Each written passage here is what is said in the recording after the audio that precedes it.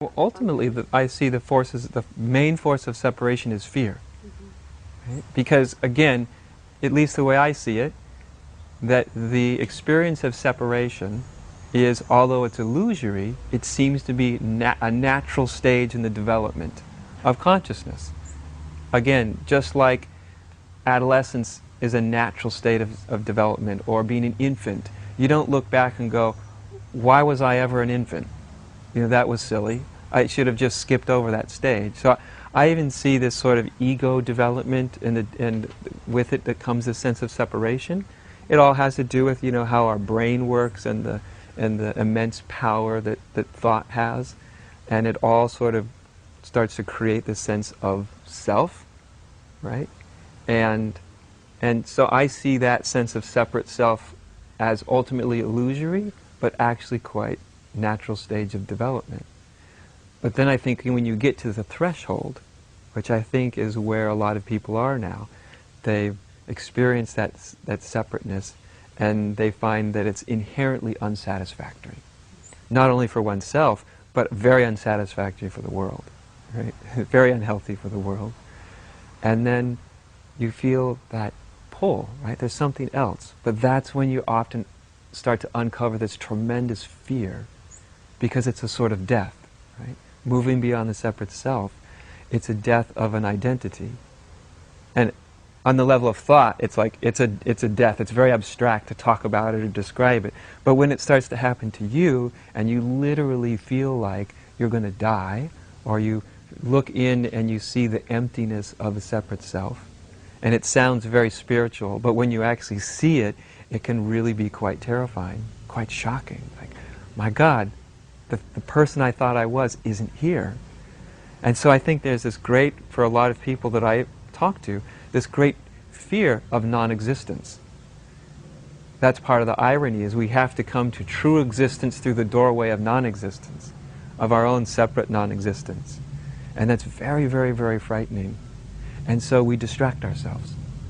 I mean, and the world, you know, the world we've created is a perfect world in which we can distract ourselves with endless amounts of entertainment, you know, trivialities. And when you get down to it, really, usually it's sort of this deep fear of initially realizing, I don't even really know who I am. I just really don't know who I am. You know, most human beings, they really don't know who they are. And then, on top of that, then there's the fear of, there's that fear of meeting that existential emptiness, or non-existence. Because that's the doorway. You have to realize you can't manage it. Because that's what the whole world's doing. It's basically trying to manage fear. And I think a lot of people don't know the extent to which fear operates in their life. Because there's some people that don't feel like an obvious fear. You know, they don't walk around feeling really fearful. But if you really look at it, you know, why is it that we human beings are looking for those little moments of approval? Why are we looking for love everywhere? Why are we looking for agreement, to be noticed, to be, you know, and when you look really inside of those, there's many psychological reasons, but at the root, it's always fear. Because if I don't get approval, if I don't get acknowledgement, if I don't get this, if I don't get that, I will die. I won't exist. You know, if I don't get all these exterior things, I'll have to face that great void of the infinite inside. I'll have to encounter that. Most people aren't that conscious. They wouldn't think about it in these terms. But fear is actually, as I see it, an incredible driving force for humanity. You know, and we see this on the deep spiritual level and on very exterior levels. You know, I think to find where the love is, or where the hope is in it all, also we have to see that even the things we do to make things better often are motivated by fear too. You know, like the fear of, we're destroying the planet. Yes, we're destroying the planet. That's very true. And if we're addressing that truth from the standpoint of fear, then fear has won the day. Do you know? Or We don't say like a particular political system. If we're motivated by fear, then we're still operating within the same old state of consciousness. You know, we've just sort of switched allegiances. You know, instead of being a destroyer of the world, now we're a savior of the world. But if we're a savior of the world that's motivated by fear, then we're actually in the same consciousness. It's just heads and tails on a coin, right? Everybody always feels like they're doing the best thing, don't they? You ever notice? No matter what side they're on, they always feel like it's basically the best thing. So, but the interesting thing about fear is when you really go through fear, instead of trying to manage fear, the other face of fear is love. They're not actually different things. It's just heads and tails on the same coin. So when we actually can start to meet fear itself, that's when we start to come into love. You know, that's when we come into that, and love always arises from that sense of unity, of what we really, truly, actually are, from the experience of unity, rather than the idea of unity. Because the idea of unity will keep producing fear. The idea, we're all one. It's a nice idea, isn't it? We're all one, we're all spirit, whatever. We're all one, and we're destroying ourselves, and we have to do something about it. And you can feel the fear in it, as the idea of oneness. But the experience of oneness, of really feeling it, really realizing it, is the absence of fear.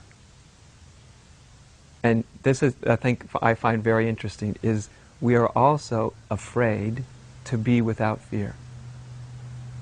Like, if I wasn't afraid about what would happen in the world if we don't do something, if I wasn't afraid about what might happen to humanity, then I wouldn't have any motivation to do anything. I might just sit in my rocking chair and say, well, it's all spirit and it's all fine. And so there's a fear of not having fear. You see, that's how much as a species we talk about love, but we really don't trust it much.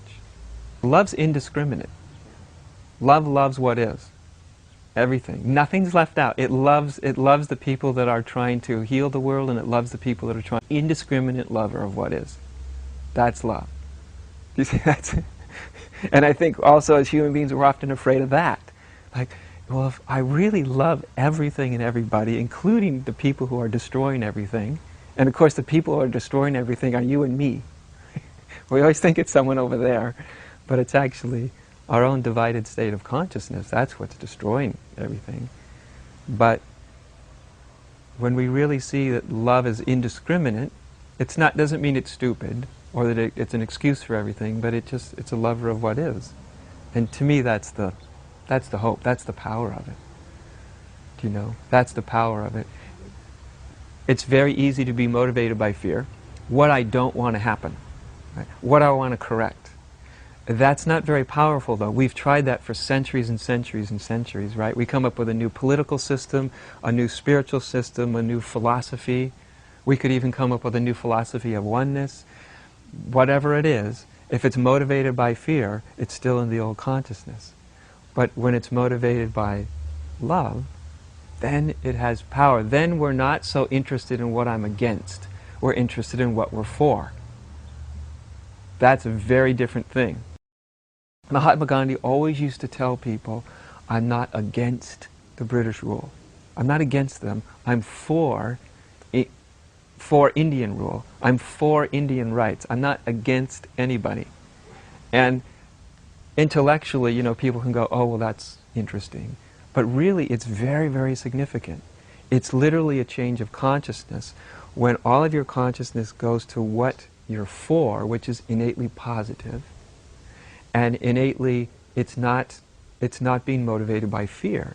When we look at what we're against, it's always motivated by fear.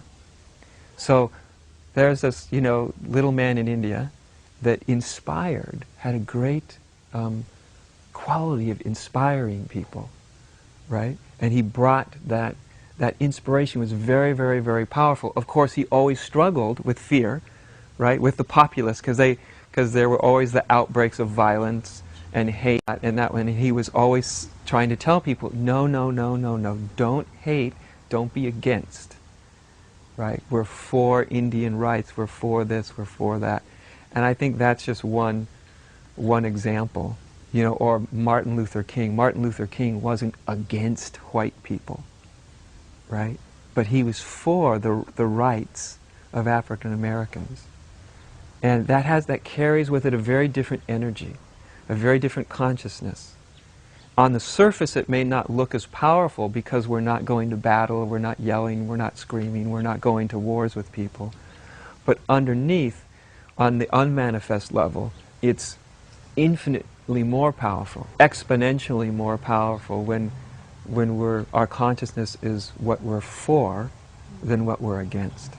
Fear just doesn't win out, period, as far as I'm concerned. Nobody can avoid the truth forever. If the human species doesn't survive, well, I would like it to survive. It's nice. I like it as it's going. But, you know, as far as I've seen in the history of the world, there's almost no species that survives forever. And if we don't do the job, if our consciousness doesn't evolve, life or existence will just go, well, that didn't work too well, you're out. And I don't mean that to sound as casually as I put it, like, you're out, because there will be a lot of blood and suffering and difficulty, you know, in that process. So I don't mean it as casually as I sound it. But underneath, I know that life takes care of itself. There's nothing in me that's afraid that, like, somehow we'll all just go into this terrible abyss and nobody will ever make it out. But having said that, that's not an excuse to then just go unconscious. Like, since that's the way it will be, then I won't do anything. I won't be involved. That's a spiritual kind of cop-out. But when you come from that place, see, then we're not coming from a place of fear again. It keeps arising, you know? And to me, I never find in this that we are, the spirit that we are, words like what we must do, or what like it's telling us, like, somehow we have to do this or we have to do that. It's just, to me, I see it as more, it's in the nature, within the nature of spirit, within the nature of the sacred, to do this, to lean this way. Its nature is to, you know, its nature is to awaken. Its nature is towards love. Its nature is towards unity or harmony. That's in its nature. So that's where that's what it does. It just seems to seem as though we keep getting to these points of crisis. Crises are often the catalysts for change. You know, and I think as humanity as in general, I think we can all start to agree, I hope we're starting to agree, that we're coming to a point of crisis. That we're coming into a contact, not with just our own personal mortality, but our mortality as a species. That we as a species may not survive. And that can provide, just like individual mortality can lead to a change of consciousness, because we realize time's run out. There's no more time. So in that no more time, sometimes consciousness can shift. And as humanity, I think we're rapidly approaching that same kind of imperative. Time is running out. And so quite naturally, there's tremendous pressure on humanity, on humanity's consciousness right now. We all feel it, right? This tremendous pressure to evolve, to awaken, you know, because somehow intuitively everyone knows if there's not some rather dramatic shift in consciousness, then this opportunity will be missed. Because there is the personal. I would love this transformation for my children and for all other beings, and, you know, for personal. But that's kind of the point I think I was trying to touch on, although not as succinctly as maybe I could have been. That point where that desire or that impulse has to transcend our personal concerns, even the personal concerns for the future of my children. In other words, it has to include maybe that we don't know what's the best thing. Maybe the best thing is that we don't survive as a species. Maybe that's, and what it's possible. See, because until everything is possible,